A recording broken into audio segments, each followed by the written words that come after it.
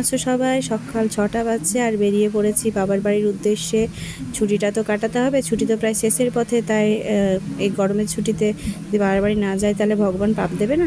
তো সেই মতো বেরিয়ে পড়েছি সকালবেলাতেই, আর তারপরে এসে পড়ে মানে সোজা বাসে চেপে পড়েছি। যাতে যেতে আমাদের ওদিকটা ওয়েদার যতটাই ভালো ছিল, এদিকে ওয়েদার ততটাই খারাপ। মানে যত যাচ্ছি তত ওয়েদারটা খারাপ থেকে খারাপতরই হচ্ছে। তো এখানে দেখো, ওপরে তো মেঘ করেছে আর নিচে ফারাক্কা ব্যারেজ থেকে গঙ্গার জলটা কতটাই না সুন্দর লাগছে দেখতে।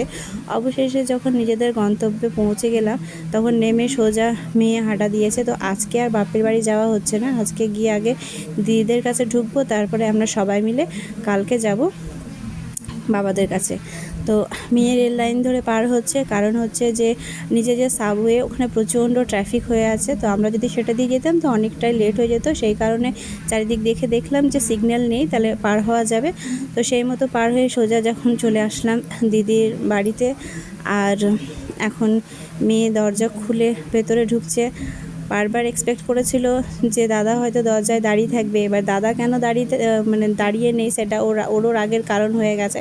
এবার সেটা ঘরে না ঢোকা পর্যন্ত বোঝা যাচ্ছে না। তো আমি এখন মেয়ে বলছে যে জুতোটা খুলে দাও, যেহেতু ওর হাতে ক্রিশু আছে। আর আমি আগে আমার জুতোটা খুলে নিলাম, না খুললে তো আমি ওর জুতোটা খুলতে পারবো না, তার কারণ আমার কাছেও দুটো ব্যাগ আছে। তো সেই কারণে বাধ্য হয়ে নিজের পা দিয়ে আমি ওর জুতোটা খুলে দিলাম, তার কারণ আমি দুটো ব্যাগ নিয়ে বসতে পারবো না বলে। তো অবশেষে মেয়ে যখন ভেতরে ঢুকে দেখছে যে দাদার প্রচণ্ড খিদে পেয়েছে বলে দাদা খেতে বসেছে, তাহলে বেচারা কি করে বুনুকে রিসিভ করতে যাবে। তো ঘরে ঢোকার পর ফ্রেশ হয়ে নিয়ে একেবারে চলে গেলাম ডাইনিং টেবিলে খেতে। তো আজকে খাবারের মধ্যে ছিল, যেহেতু ওয়েদার খারাপ ছিল বলে দিদি খিচুড়ি রান্না করিয়েছিল, আর সাথে ছিল ভাজা, পাঁপড় ভাজা, আর ছিল আমের চাটনি। তো এই ছিল আজকের মিনি ব্লগ। যদি ভালো লাগে তো প্লিজ আমার চ্যানেলকে সাবস্ক্রাইব করো, আর ফেসবুকে দেখলে আমার পেজটাকে ফলো করে আমাকে সাপোর্ট করো।